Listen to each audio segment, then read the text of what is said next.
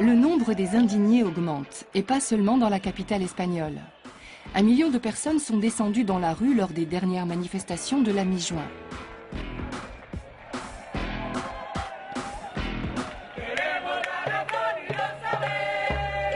On a raison, et vous le savez. Les manifestants crient leur colère contre les vieux qui préfèrent regarder le spectacle en restant prudemment à distance.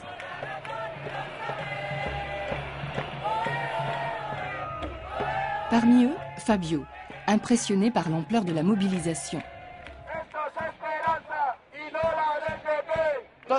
L'Espagne tout entière est à nos côtés. Ils sont 80% à soutenir nos revendications. Je pense que ça ne peut pas s'arrêter, que ça ne va pas s'arrêter. Pas tant qu'on n'aura pas obtenu de véritables changements. Fuck austerity, merde à la politique d'austérité. La jeune génération proteste contre les coupes sombres dans les dépenses sociales, contre le pacte de l'Europe et contre les banques. Ils en appellent même à une grève générale, comme en Grèce. Les problèmes sont en effet multiples. Je suis amère, je suis triste, je suis résignée.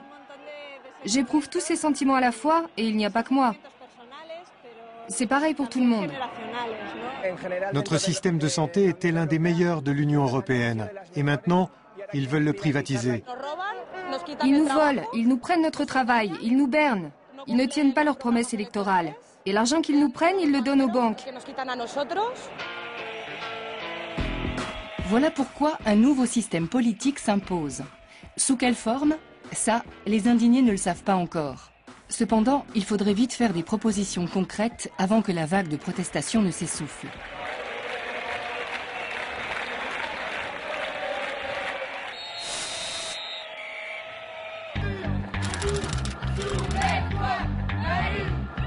Rejoignez-nous. Le mouvement des indignés se diffuse en France en espérant réussir à soulever les masses comme en Espagne. Mais ici, le feu n'a pas encore pris. Comparé à leurs voisins, les jeunes Français ne sont pas encore trop à plaindre. Le chômage des moins de 25 ans n'a guère augmenté ces dernières années. Mais pour Juliette, ça pourrait bientôt changer. Cette jeune manifestante voudrait que sa génération ait davantage voix au chapitre. Un accueil plutôt positif, ils en ont entendu un peu parler dans les médias le 29 mai, on était à Bastille, donc ils savent ce que c'est que les indignés. Simplement, plutôt contents et donc après, ce qui nous suivront, on verra. Sans cesse, de nouvelles actions sont organisées dans le but de mobiliser toujours plus de monde. Un pique-nique par exemple, gratuit et ouvert à tous. Ils se veulent constructifs et non violents, et ça marche bien, même si par leur présence, les gendarmes expriment clairement leur méfiance vis-à-vis des manifestants. Les revendications des Français sont plus ou moins les mêmes que celles des Espagnols et des Portugais. Moins de pouvoir au capitalisme financier, plus de participation des citoyens à la vie politique.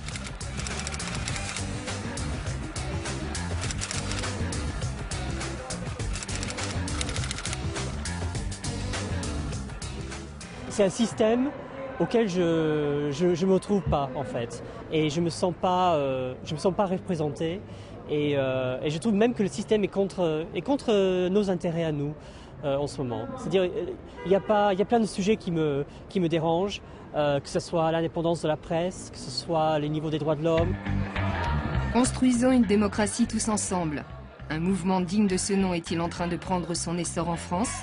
La mobilisation est encore un peu faible, mais ça pourrait bientôt changer.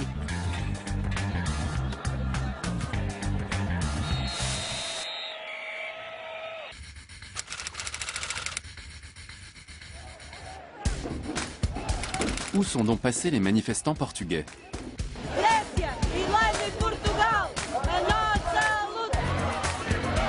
Lisbonne, 6 mois plus tôt. Des manifestations monstres éclatent. C'est le plus important mouvement de protestation depuis la Révolution des œillets qui a libéré les Portugais de leur dictature. Le 19 juin, il ne reste plus que 400 manifestants pour réclamer une vraie démocratie. Le gros des troupes s'est volatilisé.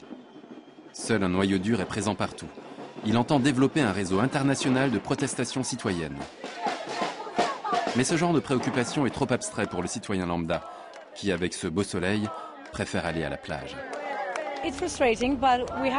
C'est frustrant, mais on doit comprendre pourquoi. On doit rassembler à nouveau les gens et mieux les informer. Visiblement, ça ne fonctionne pas très bien avec les réseaux sociaux. Il faut alors se donner plus de mal et avancer plus d'idées concrètes.